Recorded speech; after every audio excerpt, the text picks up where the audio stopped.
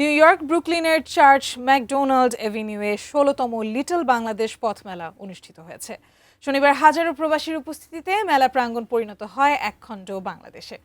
Church McDonald Bangladeshi business অ্যাসোসিয়েশনের আয়োজনে মামুনুর রশিদের সঞ্চালনায় দুপুরে অনুষ্ঠানের উদ্বোধন করেন সমাজসেবক আব্দুল কাদের মিয়া। বক্তব্য দেন সংগঠনের প্রেসিডেন্ট সহ অনেকে। প্রতি বছরের মতো এবারও এই আয়োজনে ছিল প্রবাসী বাংলাদেশিদের শিল্পকলা, শিশুদের নানা রকম রাইড, স্বাস্থ্যসেবা, পোশাক ও সুস্বাদু খাবারের স্টল। এদিন সওদাগর নামের ম্যাগাজিনের মোড়ক উন্মোচন করা হয়। এছাড়া আগত কয়েকজন অতিথিকে সম্মানিত করা হয়। অনুষ্ঠানের শেষ পর্বে ছিল সাংস্কৃতিক পরিবেশনা। এতে সঙ্গীত পরিবেশন করেন শিল্পী শুভ্রদেব, বিন্দুকণা ছাড়াও প্রবাসের অনেক জনপ্রিয় শিল্পীরা। উপস্থিত আছেন একমাত্র বোন আমাদের, তুমি আমার সব ব্যথা।